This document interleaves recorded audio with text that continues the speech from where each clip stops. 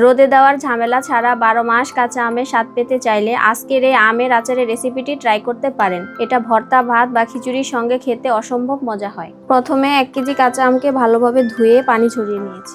এবার কাঁচা আমগুলোকে আমি ছিলে নেব।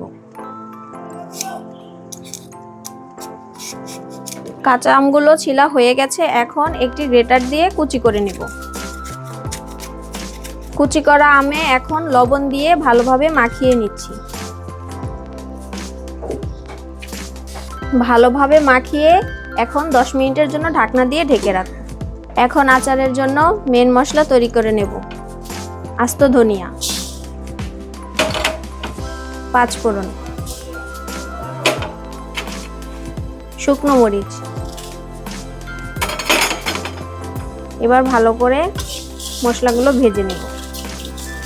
ভালো করে মশলাগুলো ভেজে নিয়েছি, এখন পাউডার করে নেব। ফিরে আসলাম 10 মিনিট পর। আমগুলো থেকে এক্সট্রা পানি বের হয়েছে, এখন পানিগুলোকে আলাদা করে নিচ্ছি। পানি আলাদা করে নেওয়ার পর এখন দিয়ে দিচ্ছি 1 চামচ হলুদ গুঁড়ো, 1.5 চামচ বিট লবণ, 3 চামচ চিনি, 2টা থেতো করে রাখা রসুন এবং সেই পাউডার মশলা।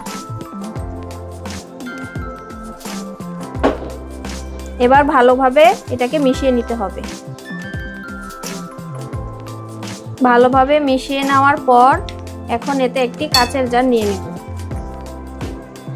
এবার কাচের জারে দিয়ে দিব আস্ত শুকনো মরিচ। এবার দিয়ে দিতে হবে আমগুলো।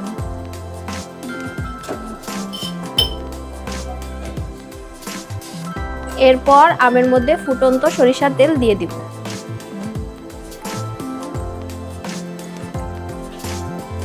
আচারটি বেশি দিন ভালো রাখতে চাইলে তেল আম বরাবর না রেখে উপরে রাখতে হবে। এভাবেই আপনারা বাসায় সহজে তৈরি করতে পারবেন কাঁচা আমের ঝুরি আচার রেসিপি।